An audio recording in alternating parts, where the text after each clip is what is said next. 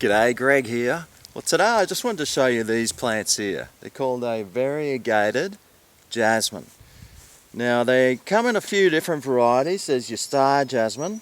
Well, there's this one here which has the multicoloured leaves.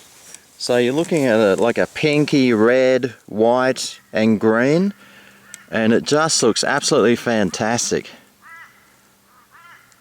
They do grow fairly quick. These were planted probably 2 or 3 years ago, and they were just little tiny seedlings, but they spread out really well, and you can pretty much hedge them to be nice and flat as well and get the shape and feature that you want with them.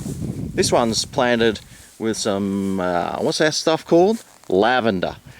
And it's at the base of this nice magnolia here, so mixes in pretty well. Unfortunately, the lavender isn't flowering at the moment. Otherwise, you'd be able to see the contrast of the purple flowers of that lavender with this variegated jasmine.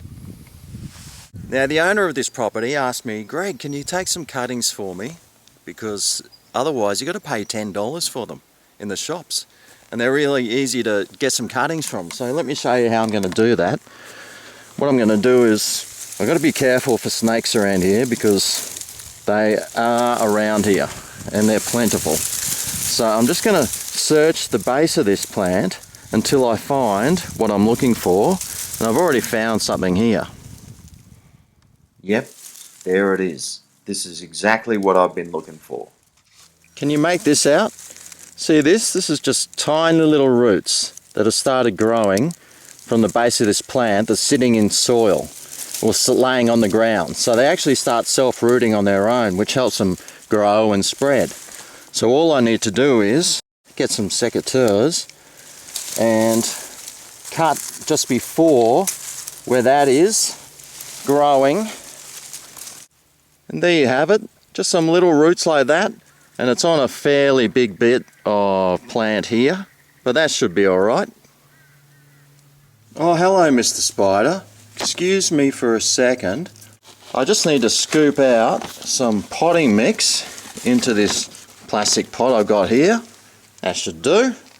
And now onto my workbench. I'm just going to try and dig some of that out like this, and gently, just gently, ever so gently, just put that in, rest it, and I'm going to plonk some soil on the top. Make sure I cover those roots and give it a water.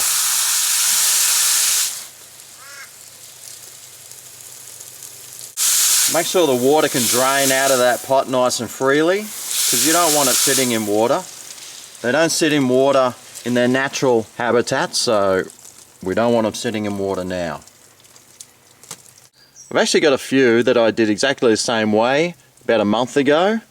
This one over here was absolutely huge and had quite a smallish root base. I didn't want to cut any of the foliage off the top because I didn't really think it would be necessary because they're such a tough plant, and sure enough it wasn't necessary. This plant has survived, no worries. So I'm just going to put this one next to this one here and make sure I support these longer bits that are growing, so it's not drooping over and pulling on the root base here.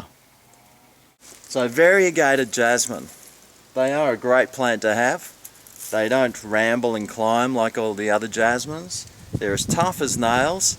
They take care of themselves pretty much, and a great addition and a colourful addition to any garden. So do yourself a favour and get some. Start growing some in your garden. Thanks for watching, and I'll see you next time. He's your Aussie mate in the garden. He's Greg the gardener.